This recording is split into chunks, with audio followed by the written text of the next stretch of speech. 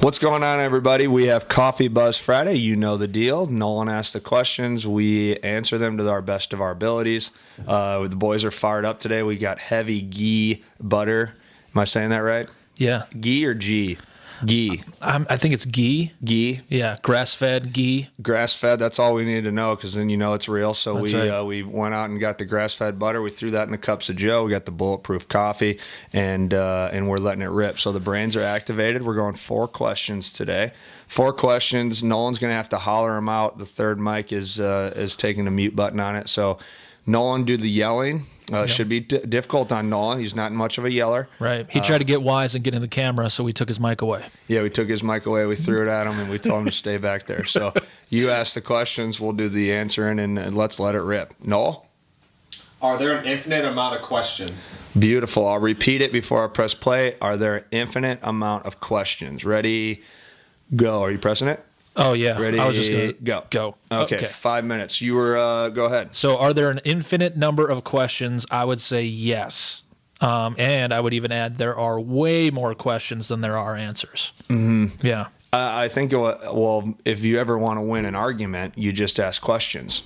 Right. You know, so there's a little tidbit for anybody. Or if you want to be really annoying, you're not really winning an argument, you're just postponing it. Yeah. Psychologically, you know, there's a little tidbit, there's a little piece of advice for you, and that's why you come to Coffee Buzz Friday. There's a little tool from the Harvey debate toolbook. There it is. I've been using that, and now I just gave away one of my golden nuggets, and that might come back to haunt me. But yeah, I usually typically just hammer people with questions, and I actually, if you think about it, when you're asking, I'll stay on that psychological piece. Yeah. When you're asking so many questions, you're just like, you can just catch somebody off guard. Yeah. You know, like how many times have someone asked you a question and they just caught you off guard, and you're mad at them because you're sitting there going, well, where'd you come? Why did you do that to me just now? Yeah. You threw me in a different direction. I'm trying to go here. Yeah. And then you just asked a random question. Yeah. And now my brain is split, trying to answer 2 questions, and my brain kind of freezes. And so, yeah, so there are too many questions. There's an infinite amount of questions. Yeah, I think I love when we disagree, but I agree with you right away, because it's more so if you can essentially make any type of communication a question. Mm-hmm. You could really, in how you ask it, you can take any line of words and just put what, how, why, certain things right in front of that. Yeah. And you can create any conversation, and you can manipulate it or change the language, whatnot, and it'll always turn out to be in a question. Right. You're never really wrong in questions. Well, okay, so here's the question then. Mm-hmm. If we're saying there are an infinite amount of questions, does that include like type of question? Right? Well, what type of question? So let me explain to you. Yeah, great question, right? So how are you going to explain like this like the why, the how, the what, the when, and the where. Mm-hmm. Maybe are those the fundamentals of all questions, and all questions stem from those 5? You know, so like my toddler, well, he's like 4. I don't know if that's still a toddler. But anyways, if he just continues to ask me why. Yes. Why? Right. Why? Is that a different question each time, or is it the same question? Oh, that's a great point. Because that could almost, does that mean infinite? Because it's really just the same thing. So are there really only a few questions that we just take on different form? Well, the thing I thought was interesting about you using the toddler analogy is that's essentially how communication starts. Is young people ask a ton of questions because they're extremely curious. You almost as you get older, if you're not careful, you stop asking questions because you can almost think that you have it figured out, right? But if you think about any toddler or young person, or if you spend time around young people, they just ask questions. You know, because my thought of the infinite communication of that was that you immediately in the start of your life only know how to ask questions, and so that's what you do. That's like the baseline of communication, is asking a question. Yeah. You see what I'm saying? Yeah. So then why do we stop?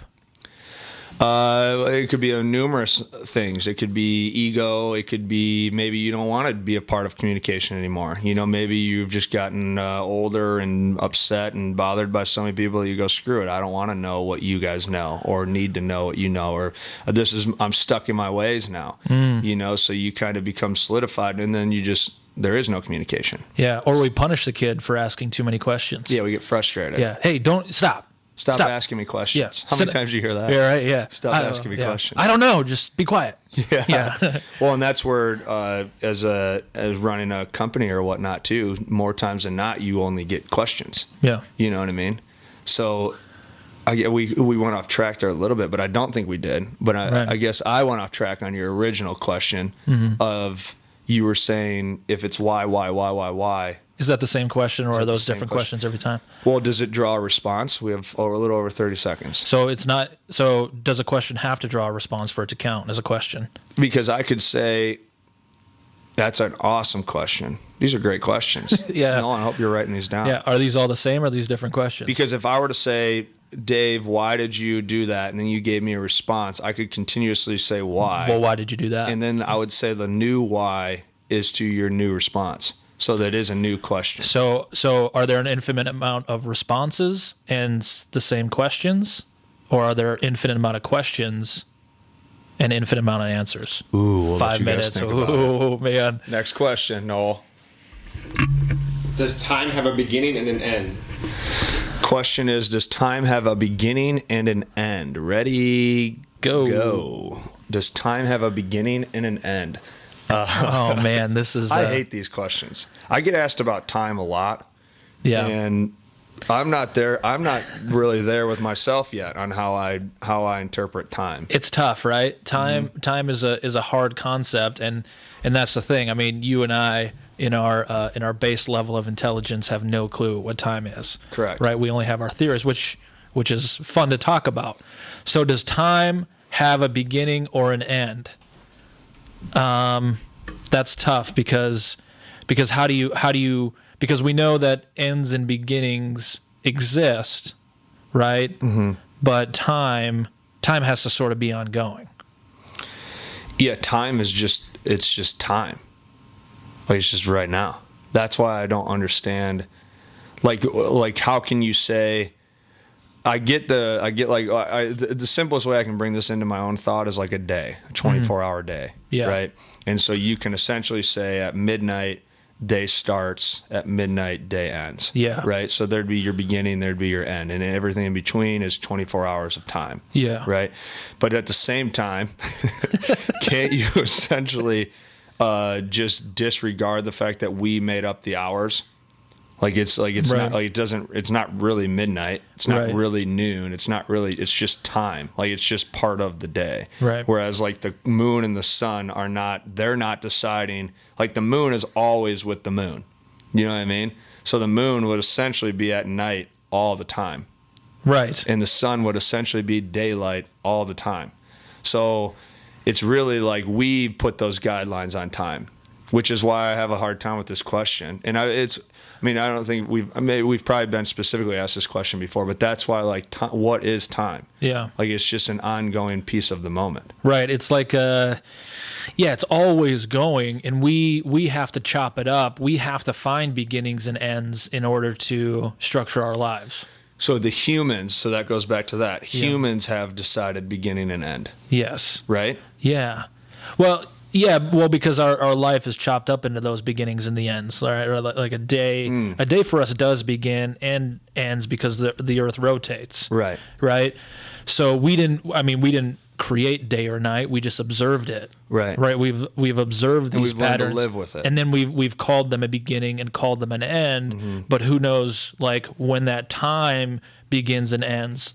So I'm trying to decipher, like, what's the difference between that blanket time, the treadmill that we're on, and when does that, like, how do we chop that up? That's not time. That's how you and I make sense of time.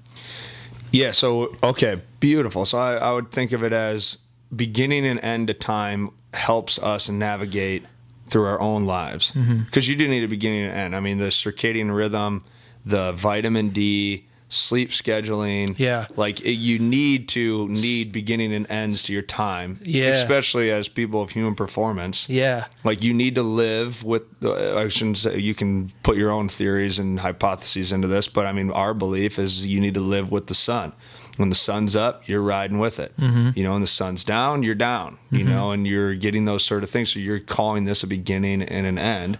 But at the same time, Yeah. that is just, in the nature's point of view, time is ongoing. Right. Yeah, because you and I have limited time. Right. We're a human being, right? And we're aware of that. And we're aware of that. Right. So we have to take everything and put it into our small little dumb minds in order to navigate this world. So you and I end. So beginnings and ends are very useful for us, but time could give a crap about our beginnings and ends, and who knows when it began or when it ended. It's ongoing, but we end, and so we projected that on the big time.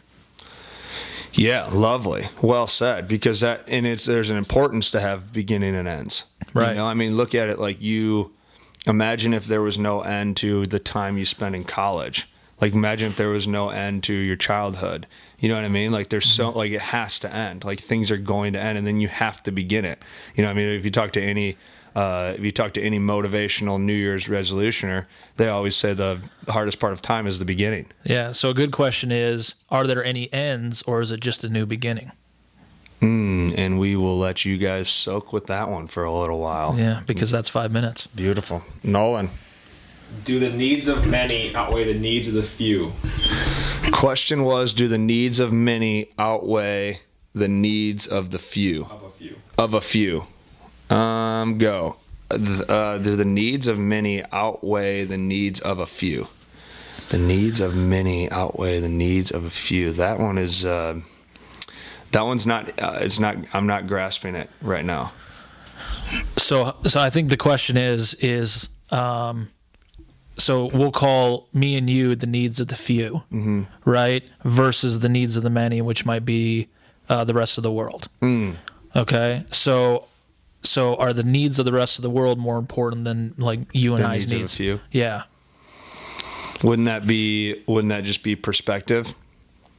Yes. So what's your perspective on that? Oh, this is awesome. Now this actually makes sense to me. And if I'm not on track, you tell me to stop. On the way here, I was talking to my mother. Yeah. And we were talking about, I was called a minimalist yesterday by Rhett, Right. one of our MASH guys. Like mentally, or like? That's where when I went home, I didn't really think much of it at the time. I just was like, all right, man, see you later. You know, cool, I guess. You know, I like the minimalist pictures that I see on Instagram Explorer every now and then, so that's kind of tight. Yeah. And then I was thinking about today, and I asked my mom, I was like, you know, because mom knows me more than everybody, and I go, Mom, am I a minimalist? Like, I don't really know, you know? I mean, there was parts of my life where I just had to be a minimalist, whether I wanted to or not. There wasn't really anything to go out and spend on.